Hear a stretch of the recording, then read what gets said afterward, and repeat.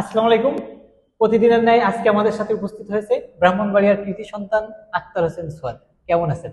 আলহামদুলিল্লাহ ভালো আছি। আপনি কেমন আছেন? জি, আলহামদুলিল্লাহ। এখন আজকে আমরা আইনের বাইরে থেকে বেশ কয়েকটা প্রশ্ন আমাদের দর্শক সারি থেকে এসেছে, আমরা সেই প্রশ্নগুলো নিয়ে আপনার সাথে কথা বলবো।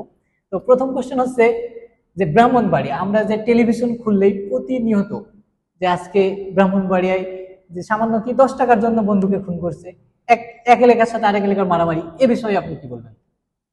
সত্যিকার অর্থে আপনি প্রথমেই বলেছেন যে প্রতিবারের ন্যায় মানে প্রত্যেক দিনই দেখেন, তাই তো? অবশ্যই, অবশ্যই। সত্যিকার অর্থে এটা সম্পূর্ণ ভুল ধারণা। প্রত্যেক দিন যে ঝামেলা হইতেছে এমন না। আমাদের বাংলাদেশে কিছু হলুদ সাংবাদিক দেখা যাচ্ছে, তাদের মূল উদ্দেশ্য থাকে যে সম্মত প্রচার করে না, তাদের মূল উদ্দেশ্য থাকে ভিউ দান্দা। তারা ভিউজের আশায় বিভিন্নভাবে বিভিন্ন ইস্যু বা বিভিন্ন ঝামেলা তারা বিভিন্নভাবে অপপ্রচার করছে।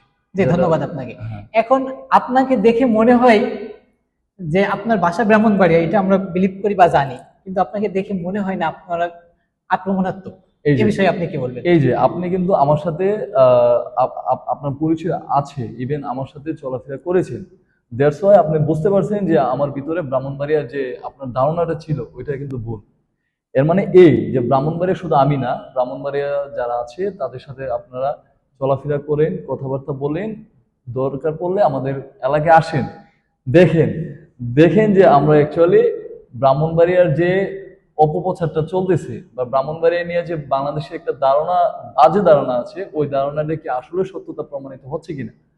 এই যে আমার সাথে আপনি যদি চলাফেরা না করতেন বা আপনার সাথে যদি আমার পরিচয় না হইতো, তাহলে কিন্তু এই যে আমার বিষয়ে ব্রাহ্মণবাড়িয়া যে আমি ব্রাহ্মণবাড়িয়া ছেলে যে ওই বিষয়টা আপনার যে ভুল ধারণাটা ওইটা থেকে যেত। ধন্যবাদ আপনাকে। হুম।